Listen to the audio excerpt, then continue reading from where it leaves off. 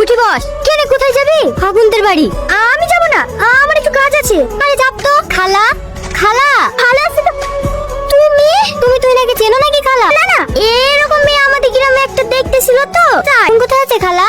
দেখা ছাদের উপরে বসে আছে। তুই একটু বস, আমি আসছি। এখানে কেন মা? ঘরে উঠে বসো। মধু তুমি ভিতরে কি বসো, আমি তোমাদের লাগি শরবত খেলে আসি। ছেলেটা কিভাবে আসছে দেখো। বাবা মনে হয় তোকে পছন্দ হয়েছে। তুমিও না, ও মনে হয় বাসা ছেড়ে কোথাও যাবে, তার লেগে আসছে। যাবা না? ঠিক আছে, হাজারবার করে ফোন করছি, শেষবারের মতো জিজ্ঞেস করছি। আমার বন্ধুদেরকে কথা দেওয়া হয়ে গেছে, যাবা কিনা তাই বলো। বললাম তোর মাথা যন্ত্রণা করছে, আমি যাব না। মাথা যন্ত্রণা করছে তো কি হয়েছে? যাওয়ার সময় মেডিসিন সব থেকে একটা প্যারাসিটামল এনে নেবা, তাহলে তো ঠিক হয়ে যাবে। চলো। আমি যাব না। দেখো আমি খুব ভালোভাবে বুঝতে পারছি তুমি আমাকে ইগনোর করছো। এনগেজমেন্ট হয়ে গেছে বলে যে বিয়ে করতে হবে সেটা কিন্তু না। আমার 1 মিনিট সময় লাগবে না এই বিয়ে ভাঙতে। তো ভেঙে দাও, কি বারণ করেছে?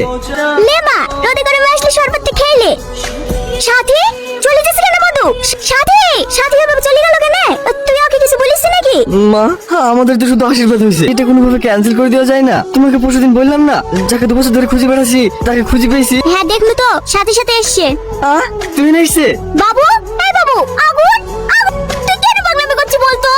তুমি নাকি দেখলা ভালো না দেখতে? তুই ভালো হোক, এখন সরকার থেকে পড়ে নেমে আসলো না, তোর সাথে সাথে বিয়ে হবে। সাথী এভাবে রেখে চলে গেল কেন তাই বল। রাতের কথাবার্তা ভালো না মা, ওর সাথে বিয়ে দিলে আমি জীবনেও সুখী হবো না। তোমরা এই বিয়েটা ভেঙে দাও। যখন যা বলিস আমি সব শুনেছি। আমাকে আর কত জ্বালাবি বলতিনি। মেয়ের বাজার করা হয়ে গেছে, সবাইকে দুটো করা হয়ে গেছে। তোর আদর্শি বাপ, আমার কথা মুখে উলে আসিসনি।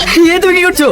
তোর বাপ স্কুল মাস্টার হলো, কিভাবে একটা মান সম্মান আছে, করে তোর আপনার মান সম্মানটা নষ্ট করিসনি। ঠিক আছে মা, আমি সাথে গিয়ে বিয়ে করবো। এত চুপচাপ কেন? কাকে ভাবছো?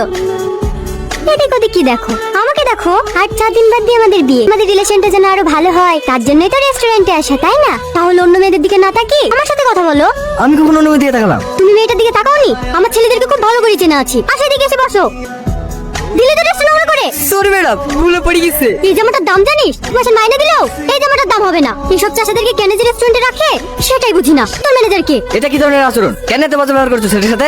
ওকে ইচ্ছাকৃত ফেলছি নাকি? বলছে তো ভুলে গেছে। আবার করছি? কি বলতে চাইছো তুমি? আমি ওকে বকছি তো, তোমার তো গায়ে বাজছে কেন? আমার মধ্যে বিবেক বলে একটা জিনিস আছে, তোমার মধ্যে নাই। বাবা দুটো টাকা আছে তো হামারা ভাব দেখে বেড়াও, মানুষকে মানুষ মনে করো না। আমি ভাবতে কি বেড়াই? সিনক্রেট করা কি আছে? বাড়ি গিয়ে জামাটা ধুই দিলেই তো ঠিক হয়ে যাবে। আরে নোংরা পোশাকে যারা আমাকে দেখবে তারা কি ভাববে? আর তো কোনো মান সম্মান নাই। আর থাকবে বা কি করে? চালাও তো একটা স্টেশনের দোকান, তো আমার মান সম্মান আছে। আমাকে স্ট্যাটাস মেইনটেইন করে চলতে হয়। তোমাদের মতো হাই চটি পড়ে যেখানে সেখানে চলে যেতে পারি না। তুমি বুঝতেই পারছো আমাদের কোনো মান সম্মান নাই। কেন আছো আমার সাথে? কে থাকতে চাই তোর সাথে? আব্বু জোর করেছিল তাই বিয়েতে রাজি হয়েছিলাম। বলে আমার জুতো তোর সাথে মিশতো না। এলে তোর আংটি উন্নত খুঁজি লেখা।